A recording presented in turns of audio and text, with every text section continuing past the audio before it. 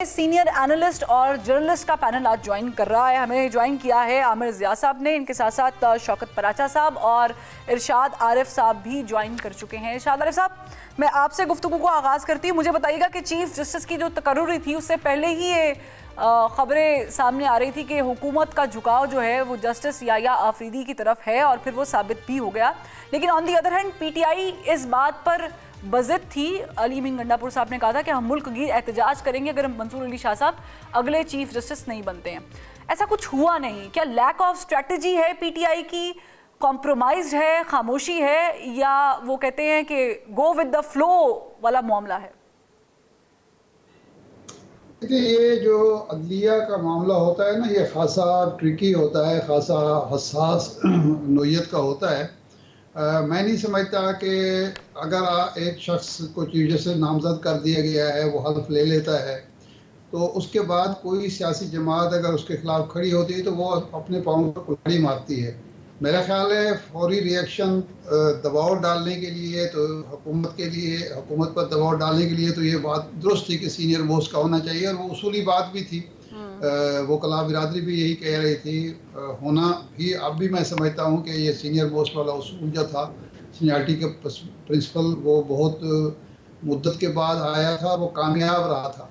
लेकिन जब एक जज सुप्रीम कोर्ट के चीफ जस्टिस बन चुके हैं, उनको नाराज़ करना या उनके खिलाफ तहरीक चलाना, गो कि आपका मकसद तो ये होगा सीनियरिटी के उसूल को बनवाना, लेकिन समझा यही जाएगा कि आप एक जज के खिलाफ तहरीक चला रहे हैं, तो वो कोई अक्लमंदी ना होती।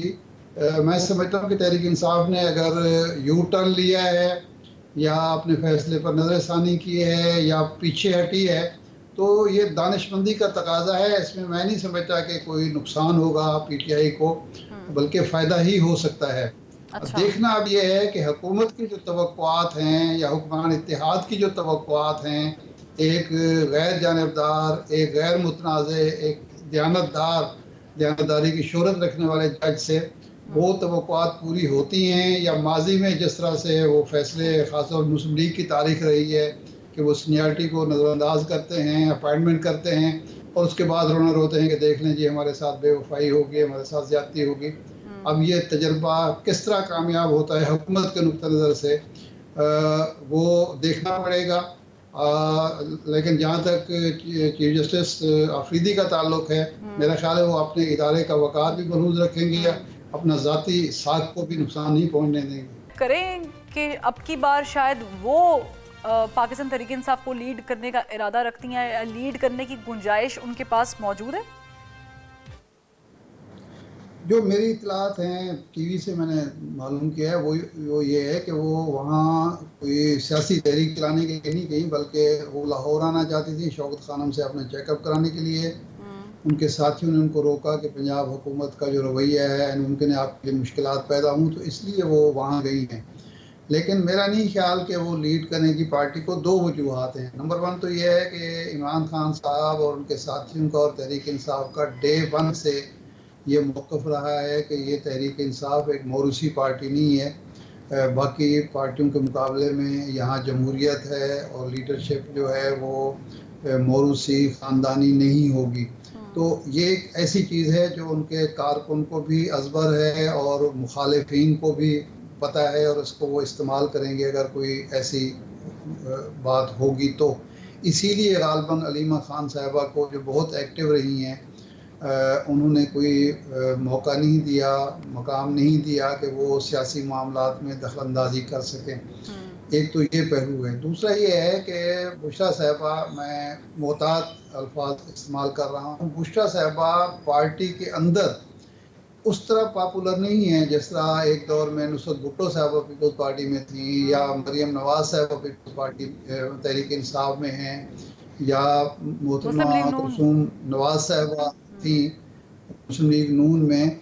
उस तरह से मेरा नहीं ख्याल कि बुशरा बीबी बहुत ज़्यादा मुतहर्रिक हूँ। हाँ, ये हो सकता है कि पार्टी के अंदर कोई जो थोड़े बहुत इख्तलाफात उभरते हैं उनको सुलझाने में, सुधारने में वो कोई किरदार अदा कर सकें। और तीसरी जो वजह है वो एक बापर्दा खातून है, और बापर्दा खातून के लिए ज़ाहिर मुलाकातें करना, एक्टिव होना, और एक्टिविटी में जाहिर बात है कि अक्सरियत तो मर्दों की है, उनके साथ इंटरेक्शन करना कोई इतना आसान नहीं है, लोगों को दिक्कत पेश आएगी उनसे मिलते हुए, उनसे रहनुमाई लेते हुए।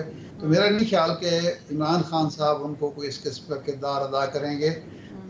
महदूद अंदाज में कि पार्टी के अंदर कोई इख्तलाफात अगर लीडरशिप में हैं उनको वो सुझा दें डायरेक्ट इमरान खान से, वो भी उस शर्त पे कि इमरान खान से अब से उनकी मुलाकातें तवातुर के साथ हूँ, तसलसल के साथ हूँ। लेकिन अगर ये पाबंदी बरकरार रहती है और मुलाकातें ही नहीं होती तो जाहिर बात है वो क्या किरदार अदा कर सकती हैं। इस सिलसिले में अगर कोई किरदार बड़ा मिल सकता है तो वो अलीमा खान को मिल सकता है, तो बुशरा बेगम को मैं नहीं समझ। हम तो एक्सपेक्ट ये भी नहीं कर रहे थे, बहुत सारे सहाफ़ी भी एक्सपेक्ट नहीं कर रहे थे कि ये 26 जो कॉन्स्टिट्यूशनल अमेंडमेंट है ये हो जाएगी, क्योंकि नंबर पूरे नहीं थे, हो गई।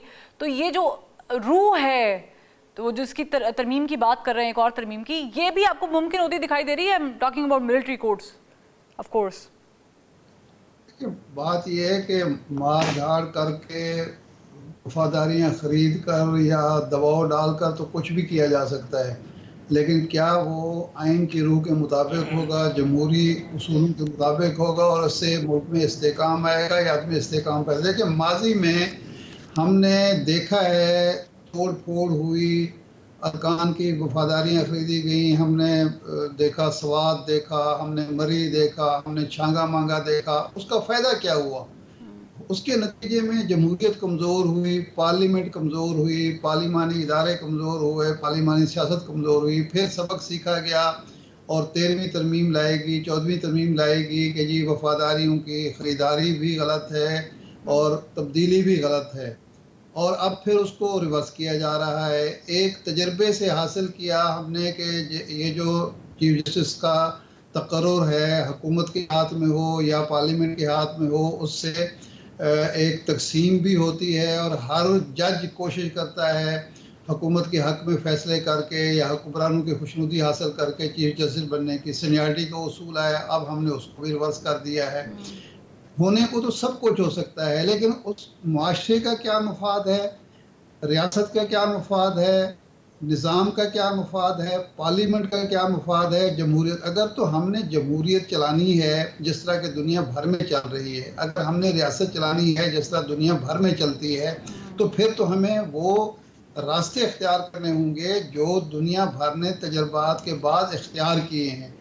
हमने जो तजर्बे किए हैं दुनिया से अलग थलग हो के, उसका नतीजा सिवाय तनज़ली के, सिवाय इंतशार के, अदम इस्तेकाम के, मुल्क में खराबी के कुछ हासिल नहीं हुआ। वो तजर्बा हम दोहराना चाहते हैं। मैं समझता हूँ इस वक्त वो शख्स या वो सियासी जमात इस मुल्क की सबसे कम खैर खा है, या मैं ज़्यादा सख्त लफ्ज़ इस्तेमाल नहीं करना चाहता, जो नेशनल आर्मी को, कौमी फ़ौज को सियासी मामलात में मुलव्वस करना चाहती है, खा उसका ताल्लुक हुकूमत से हो, खा उसका ताल्लुक अपोजिशन से हो।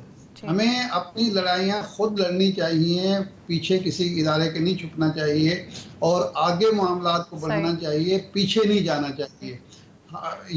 ये बताएं कि अगर ये लाहौर में जो लोग बैठे हुए हैं 9 मई में, 1 साल से ज़्यादा अरसा गुजर गया है, अगर हुकूमत तफ्तीशी इदारे रिकॉर्ड पेश नहीं कर सके अदालतों को, चलान तो बात की बात है, इसमें क्या कसूर है अदालतों का, या इसमें अदालती निज़ाम का क्या कसूर है? प्रोसिक्यूशन अपनी दुरुस्ती नहीं चाहती, लेकिन हमें ज़ाहिर है कि बहुत बड़े लेवल पे रिफॉर्म्स की ज़रूरत है। इरशाद आरिफ साहब, सारा मलबा